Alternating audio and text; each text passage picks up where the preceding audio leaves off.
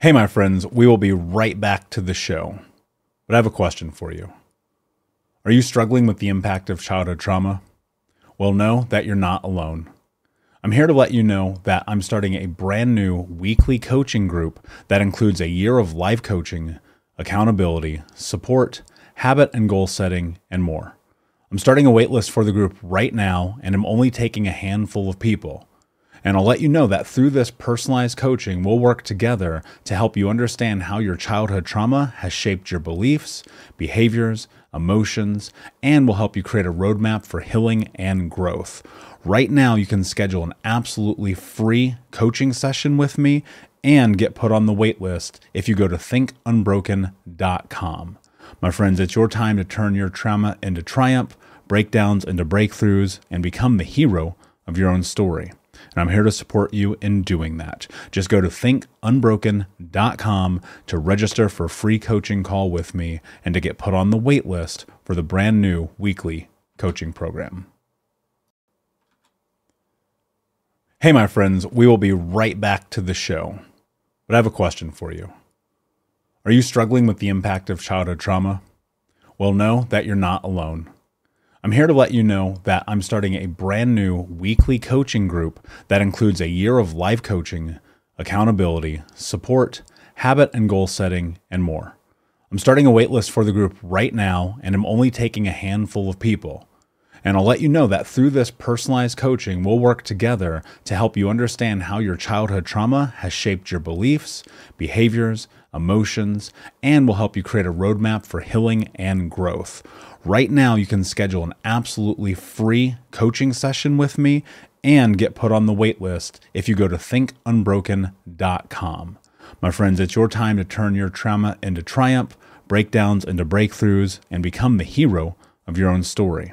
And I'm here to support you in doing that. Just go to thinkunbroken.com to register for a free coaching call with me and to get put on the wait list for the brand new weekly coaching program. You're listening to the Think Unbroken Podcast, and I'm your host, Michael Unbroken. I'm an author, speaker, coach, and advocate for adult survivors of childhood trauma and abuse.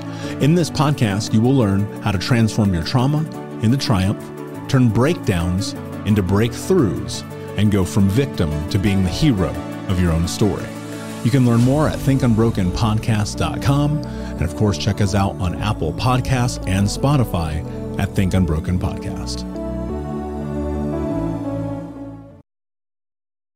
Hey, what's up, Unbroken Nation? Hope that you're doing well wherever you are in the world. I'm Michael Anthony, author, speaker, podcaster, and advocate for adult survivors of childhood trauma. And you, of course, are listening to the Michael Unbroken Podcast. Today, I am greeted by my amazingly dear friend, Cole Chance. Cole, how are you? I'm so well. I'm so good. Hello from Australia. Good. Hello from down under. I'm stoked to have you on. Listeners may not know this. You and I have been pals for a while now. The world through serendipity made our paths cross when I discovered you on your YouTube many, many moons ago. But before I dive into that, can you tell everybody a little bit about you? I'm lots of things. I am a yoga teacher. I'm a world traveler. I am an alcoholic in recovery. I am currently living in Australia, and I work with teach trainings and retreats around the world, and with a focus on helping people find more freedom from addiction. So that's really beautiful. Yeah. I mean, I love your mission. I love your journey. I found you online many moons ago, as I said, when I was in the midst of this healing journey, where my body was very much broken down from the way I had treated it from drugs and alcohol, and on top of all the abuse that it had been through. And I remember, like, the first time I watched one of your videos, feeling like, I don't know why, but I think this person understands what it's like to be a human being inside of a human body, as opposed to a lot of yoga practitioners. And I'm not shaming anyone, so let's be very clear, where it feels very robotic, which I think is kind of my experience of doing yoga now for going on 12 years. And very much my experience as I've done it around the world. what is it, I guess, really as a jump off point, what was it that led you down this path? Because yoga, I find in my own journey and experience, has been this extremely, not only healing tool for me, but it always helps me kind of find my center in the universe. How is it that it found you, or vice versa? Well, I think that I was very off center whenever yoga found me, I guess I'll say. I took my first yoga class in a drug and alcohol treatment center. Probably, I don't know, 10 years ago or something. Really fortunate for it to have found me. So I was on like a rehab tour in my 20s. So I was in and out of rehabs a lot. And only a couple of them, this is the first treatment that I went to that had yoga in it. And I was so disconnected from my body and and from myself, and like on all the different levels.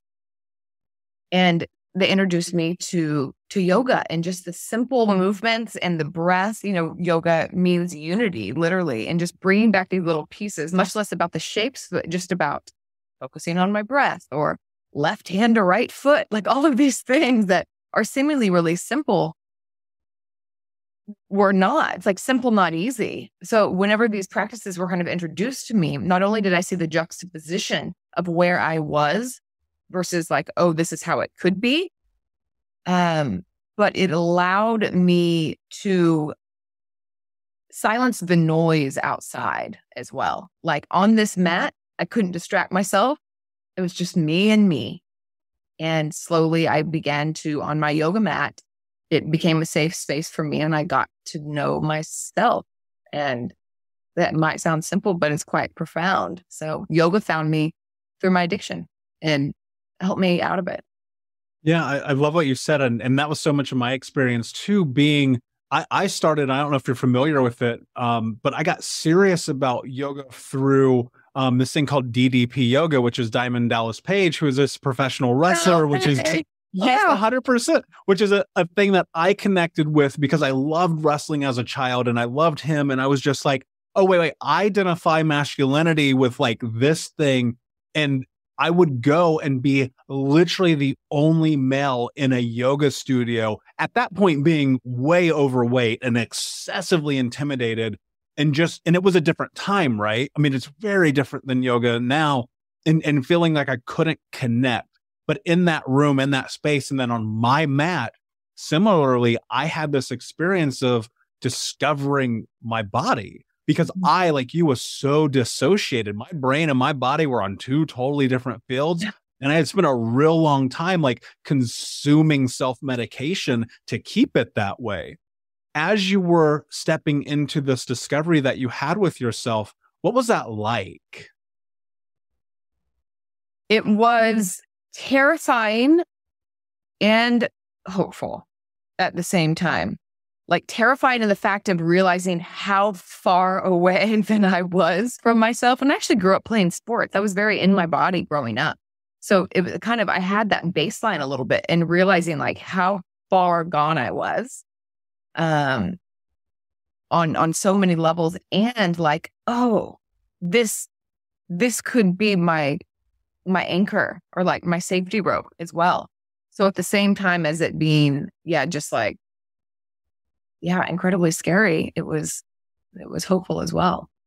And it wasn't right away. It didn't just like, it would be nice to just say like, I did yoga that first time and it was all over. What happened is that I was like, I wasn't ready to get sober yet. Let's just be super honest, is that I didn't want to get sober. I wanted to find a way to do it right. I wanted to find a way to drink and to use drugs right, so that I didn't end up in jail or end up in rehab again, which is what was happening. I was obsessed with that, as many people can probably relate to if you have a similar story. So what I did is I left this rehab and I told myself, like, there's something for me here. If I ever get sober, and in that same thought, I remember going, if I ever get sober, but I'm not going to. But if I do, I'm going to come back to this. And so I kind of bookmarked it. And I went back out for another 6 years of just whirlwind chaos. But throughout these 6 years, if I had a break and I had like some sanity and a little bit of, more functionality, I would go into yoga. And more towards the end, slowly I was creating, slowly it was becoming like the only space where there was a moment of silence and stillness. And so even though it was far in between, I was building and cultivating this safe space that I could keep coming back to. And every time I came back to my mat, it would be like, oh my God, like a big exhale and like, okay. And then that same feeling of the terrify and hopeful would come back. Yeah. And it got more dire as it went on. Like, oh my God, I can't keep leaving this mat. Yeah. And I don't want to put words in your mouth, obviously, but I'm so curious if your situation was similar to mine in that those moments being on the mat felt like the only true sense of control that I had. Because I recall just spending so much time in the chaos that I thought I was controlling, right? Because like you, I was thinking like, how can I just get trashed every night and then get like have this sense of normality? And it wasn't true because my life was out of control. And then being in that moment and looking at it and recognizing I get to control everything that's happening in this moment, I found a sense of peace. Yeah. How similar was that to your experience?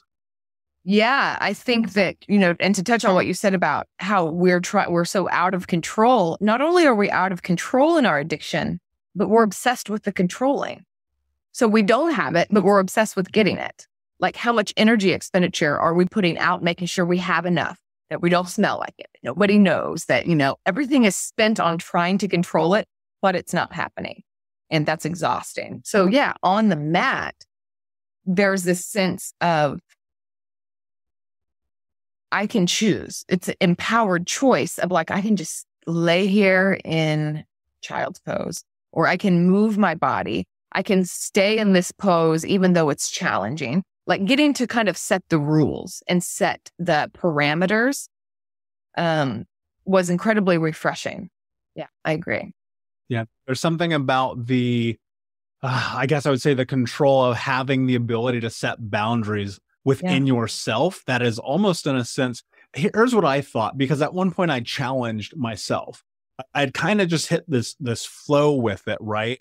And I decided to do a 30-day hot yoga challenge. And as I was in the midst of it, I was like, you know what? Let me see how far I can really take this. And I ended up doing 66 straight days of 90-minute hot yoga classes. And I got to this point somewhere in the middle of it where I was just riding this wave because of two things. One, I'd never been that sober that long. And two, it felt like my body and my brain were at once finally connected. Like I was working through this dissociative experience that I had. You mentioned the word hopeful, and that's what I felt in that moment. I was like, I feel hopeful and a sense of joy and pride in it also, that I can like reach this threshold with this experience. How much of that word was powerful for you? Because I think about the power of words, and especially when it comes to the way that we think about ourselves in the world, what kind of role did a word like hopeful play in this for you? Well, in yoga, it was about the only thing that I had that word even like resonated in, because I was a chronic relapser. Nobody thought I was going to get sober. Everybody thought I was getting ready to die. Everything I would try, it was like, try and fail, try and fail, try and fail. AA wasn't working. Rehabs weren't working. Hospitals, detoxes, I'm leaving all of them. There wasn't much hope. There wasn't much hope going on, not for me or anyone around me. And on the mat, that's where I found it. Little tiny sparks of hope. One thing that I really recall is learning in my first yoga class, the teacher at the treatment center, the teacher told me what namaste meant. And I'd heard it before, but I didn't really know. And she said, like, my higher self sees your higher self. And I was like, hold on. I have a higher self? So like, I didn't know that. And like, just that thought was like, oh, okay. My old story is that I'm bad. Like I was just bad all the time. So this idea of like, oh, I have a higher self.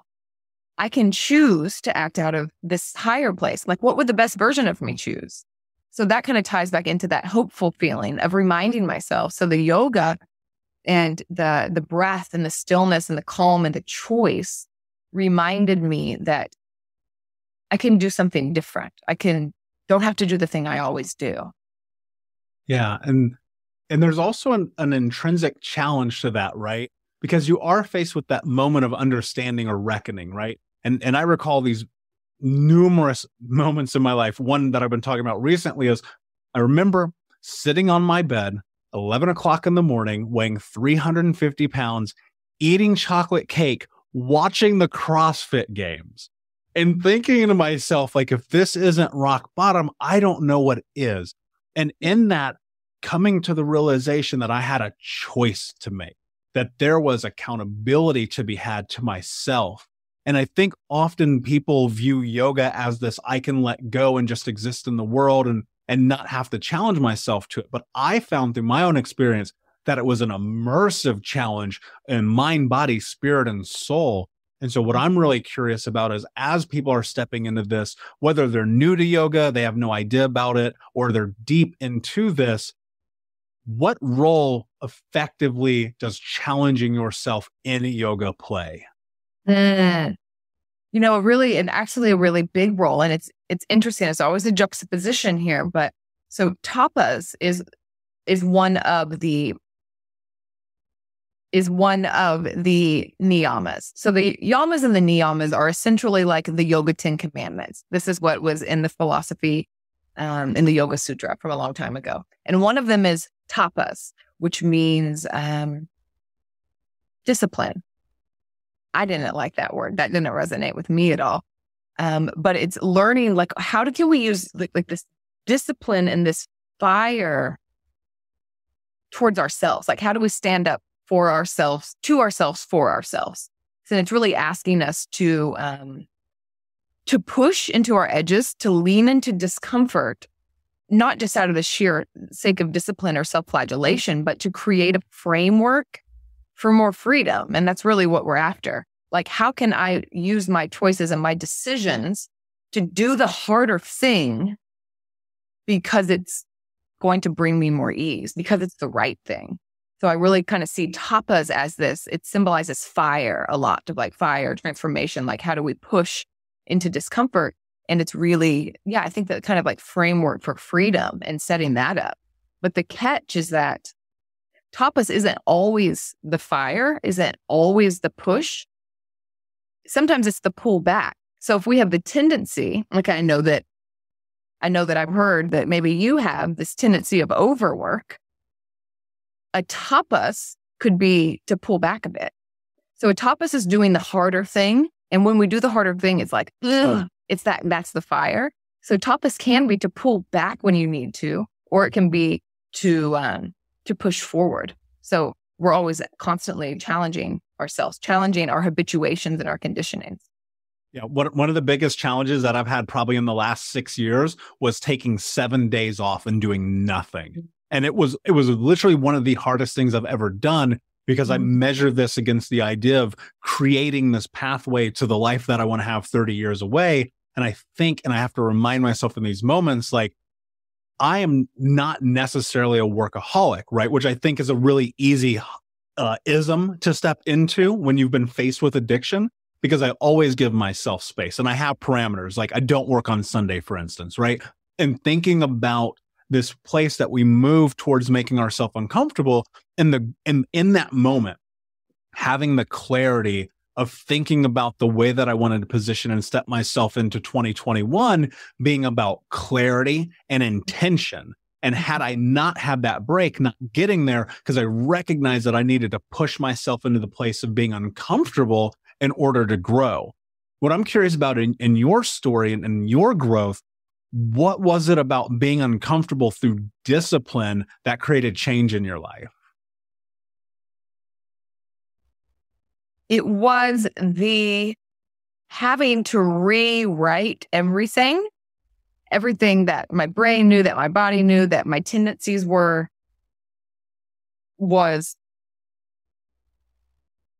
an uphill battle, to say the least. I think that on my yoga mat, I learned to build capacity.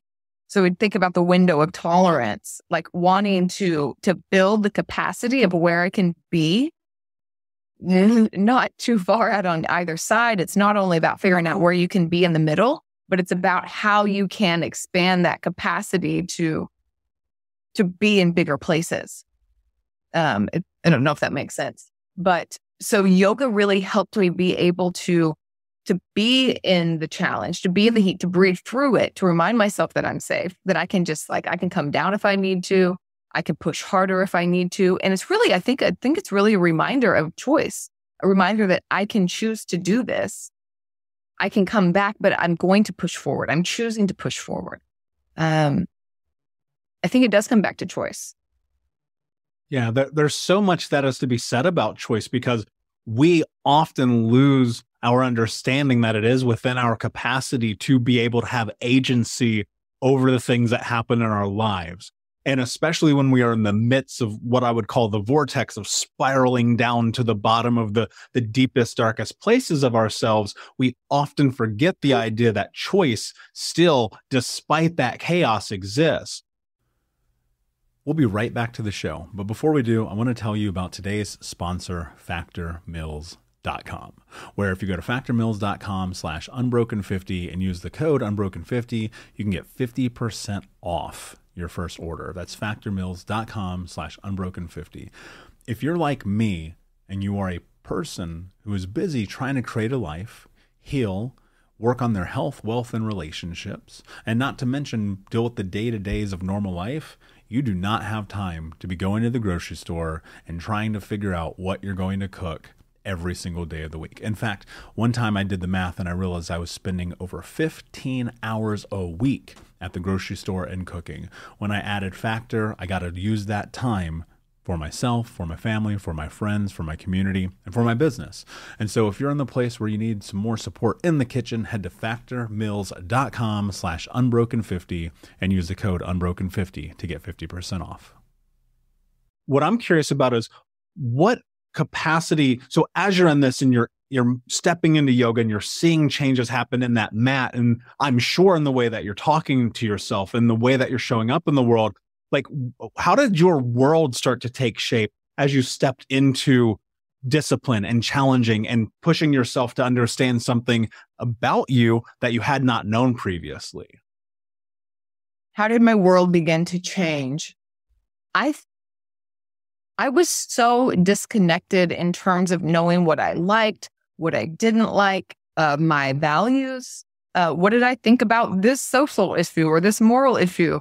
And I think getting this, I was learning to know myself, learning to know the tendency of my mind. I think that there's so many different things, that everything that happens on the mat happens off the mat. If I notice the way I'm talking to myself when I'm having a bad day, I notice the way maybe I'm blaming the teacher for leaving me in chair pose or whatever, like tendency to blame, tendency to self-criticize, like noticing the tendencies of our mind in a place that's not loud, that I can hear, began to notice how I was doing that, off the mat. And I think it's just really metaphorical. So things begin to shift on the outside of my life. It's like whenever I wanted to just say it, like I'm upset at the job or my boss or whatever it is, knowing that I can just take a few breaths and I can handle this. Like I can deal with this, and allowing my capacity to be bolder and to be bigger, and reminding myself to take a pause before I react, a pause before I take the drink, to kind of think things through. And again, remembering that, taking that tapas of like doing the harder thing and taking that off the mat. I mean, that shifts everything. Yeah. And I mean, I couldn't have said it better myself. I mean, that feels like such a reflection of my own experience. And many times looking at and recognizing like, oh, my parasympathetic and sympathetic nervous systems are so incredibly out of whack that the only way I can come back to any semblance of center is in these moments of controlling my breath, controlling my ideas, controlling what is happening in my life. As you got more of that control over your life, how did that impact just like the way you talk to yourself and the way that you thought about yourself? Yeah, absolutely. And I think that what really happened for me is that I was able to see the space in between my voice or the self-talk, the thought, and myself.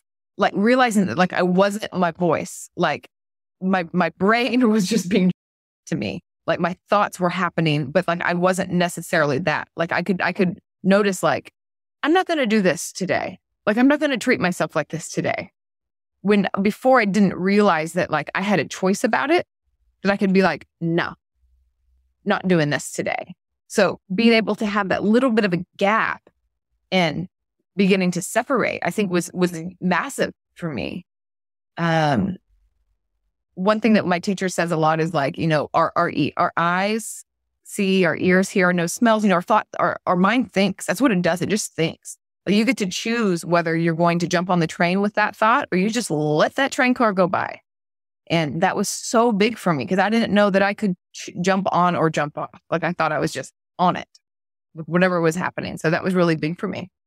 What do you think was the biggest, call it reframing, that you had in the understanding of who you were? Oh, wow. Gosh, I just feel like I almost feel like a completely different person, but then I'm also exactly so the same. Like I can close my eyes and just be like, wow, gosh, like I'm still there. I think the biggest, I never knew how much possibility that I had. I never imagined myself. I never knew I had one iota of business sense in me. I had never traveled outside of the States. I actually didn't know what was possible if I like got out of the end of a bottle. So just realizing the possibility that I didn't have to stay on that same track. It's like I had horse blinders on. It wasn't like I knew what I wanted and I just couldn't get it. It's like I didn't know what was possible. If you would have asked me in the beginning, like, you can have anything you want, what do you want? And we'll give it to you. I would have sold myself so short because I actually didn't have language for it. So I think what it really opened up was being able to understand the possibility and that I didn't have to know. It's like leaving space for like an unknown possibility. Like being able to say, I don't even know what it is, but there's something out there. Yeah, that's really beautiful. And that's, you have to be curious about it. In my experience, it was very much about like, I wonder what's on the other side of this thing that feels very uncomfortable and very difficult.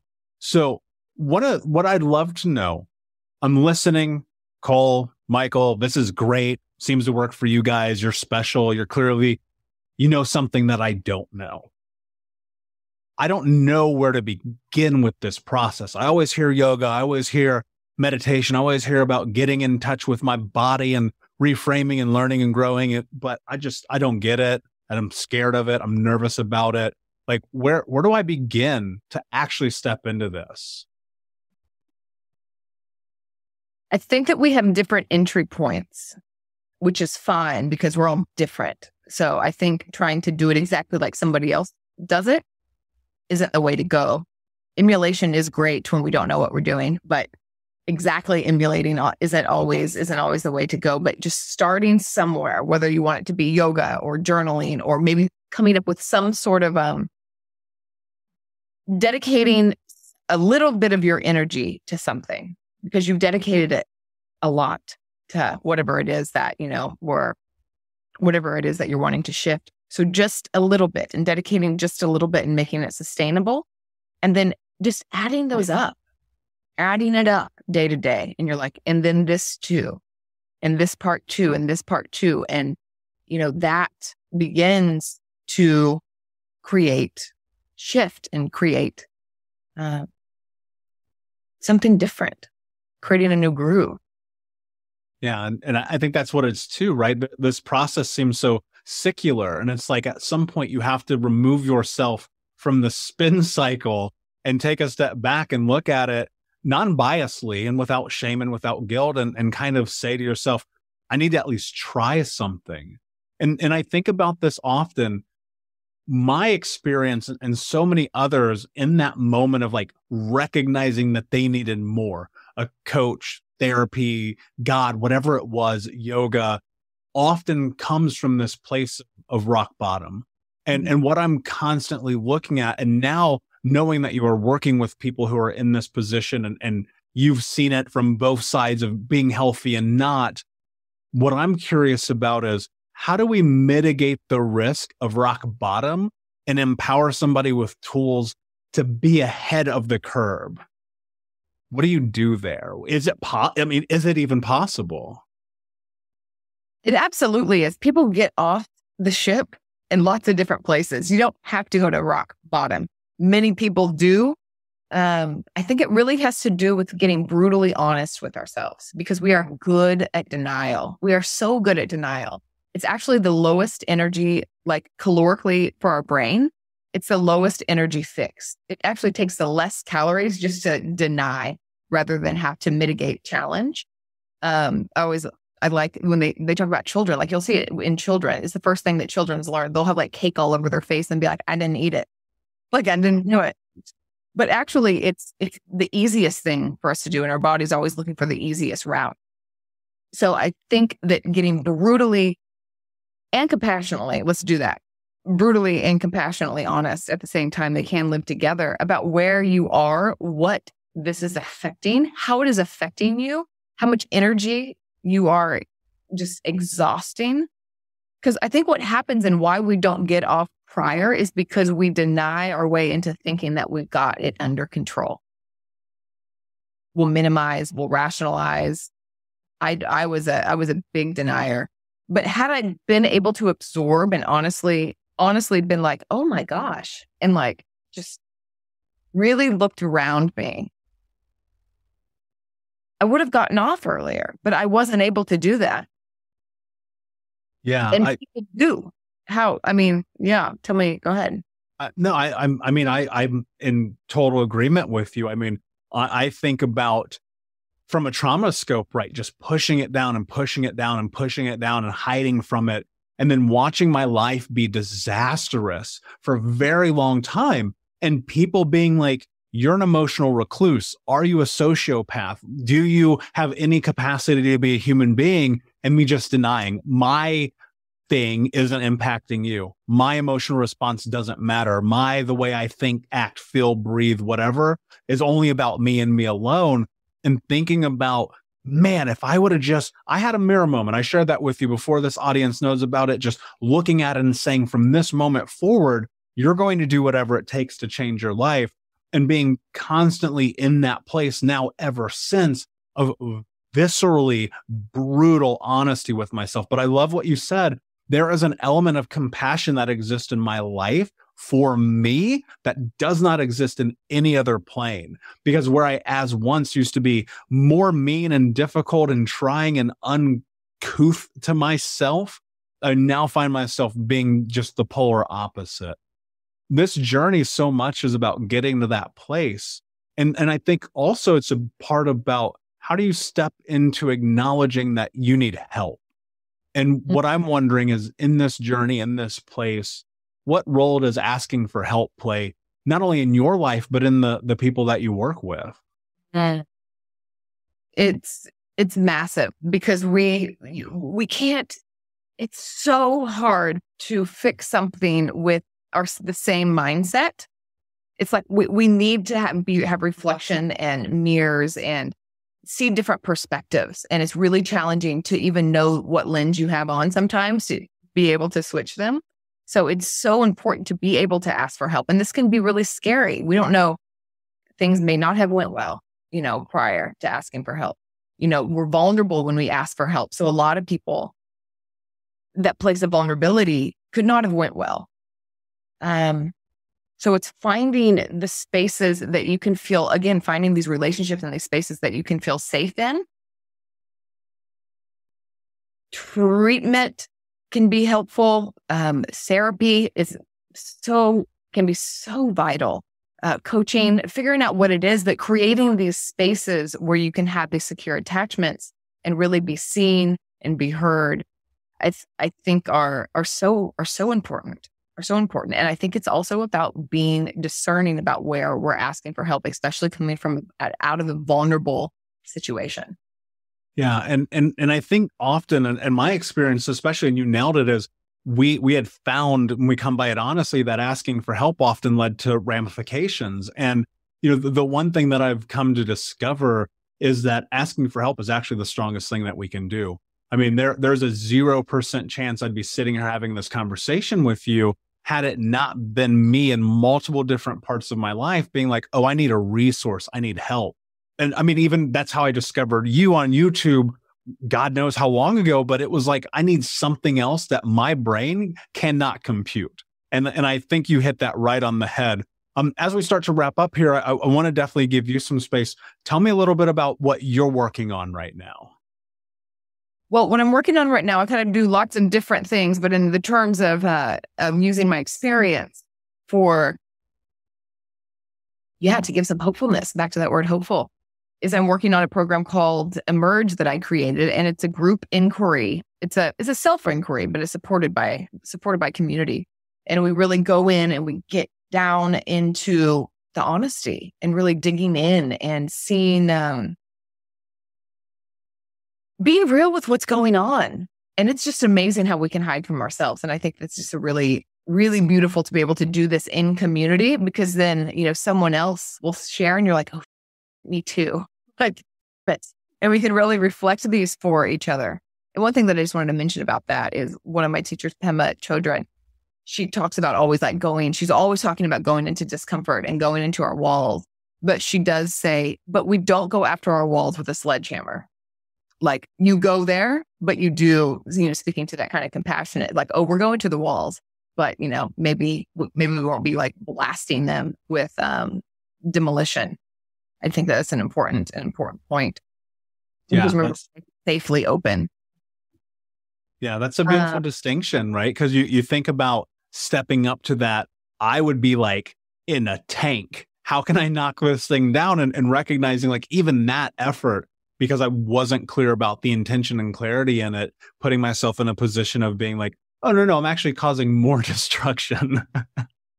Absolutely. And then going back to yoga, how we practice this on our yoga mat, like especially in yin yoga. I don't know how much yin yoga you do, but yin yoga is so capacity building. And we don't go to like 100% of the deepest pose you can go to, because you're going to have to sit there for 5 minutes. So don't go to the 100%. You go to the 60%, and then you let yourself ease in, and that capacity is built, the capacity to stay. So just that metaphor for the, again, for the yoga, and then, bringing that into how we explore and investigate our inner world. But yeah, the Emerge is just, I love it. And we just go through from the past to where we are, to where we want to go.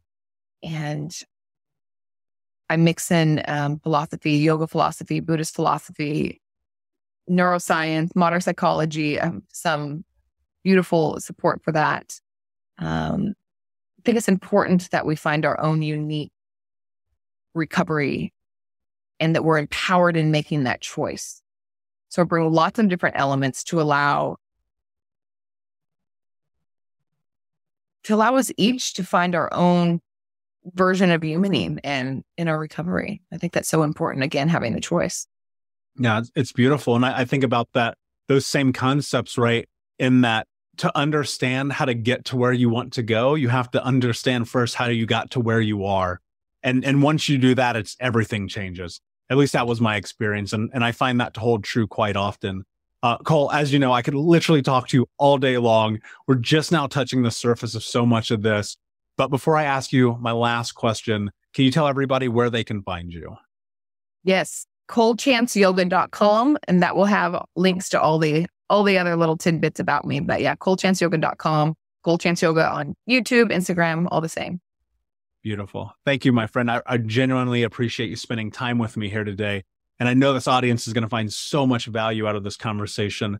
Before we head off, though, I need to ask you, what does it mean to you to be unbroken? To release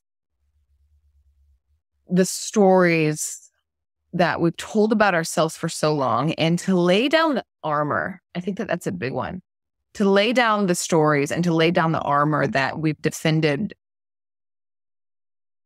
that innate, goodness with all the masks and the layers and the experiences and the traumas, and being able to take that down and realize that we're still in there. That essence is still there. Powerful. Literally have goosebumps. Unbroken Nation, thank you so much for hanging out with us today. Please check out all of Cole's amazing work. Please like, review, subscribe, tell a friend. And until next time, my friends, be unbroken. I'll see you. Thank you so much for listening to Think Unbroken. Please share this episode with someone who could use it and help us move forward in our mission of ending generational trauma in our lifetime. And if you would, please take 5 seconds to pop on iTunes or Spotify, hit that 5-star, leave a review, and you can also reach out to us on social at Michael Unbroken or at Think Unbroken. And of course, you can check out our YouTube channel at Think Unbroken. Thank you for being a part of Unbroken Nation, my friends. And until next time, be unbroken. Hey, my friends, we will be right back to the show. But I have a question for you. Are you struggling with the impact of childhood trauma? Well, know that you're not alone.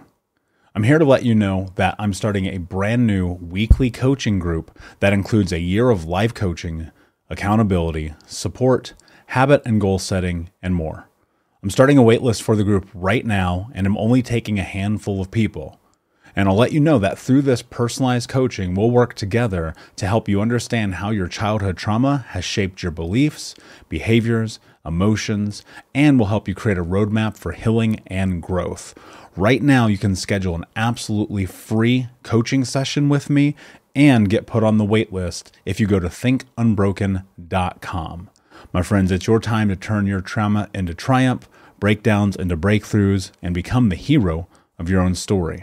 And I'm here to support you in doing that. Just go to thinkunbroken.com to register for a free coaching call with me and to get put on the wait list for the brand new weekly coaching program.